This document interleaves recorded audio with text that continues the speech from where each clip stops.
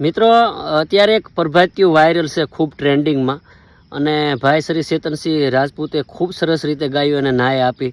અને અત્યારે એ એક લાઈન ખૂબ વાયરલ છે એમાં કે સાંભળો પહેલાં તમે તમારા કાનેસથી.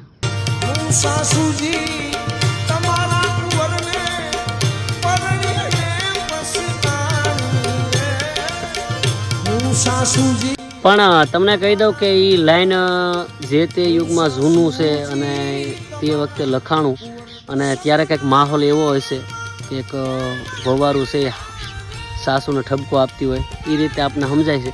પણ આનો આ પ્રભાતિયું છે મિત્રો, અત્યારે કોઈ પણ કવિએ કે કોઈએ પણ લખ્યું હોત તો આ પ્રભાતિયું અત્યારે હું તમને 100% ગેરંટી મારીને કહું કે આવી રીતે લખાણું હોત કે હું સાસુજી તમારી કુંવરીને પરણીને પસ્તાણો રે. ત્યારે કંઈક આવો માહોલ છે ભાઈ.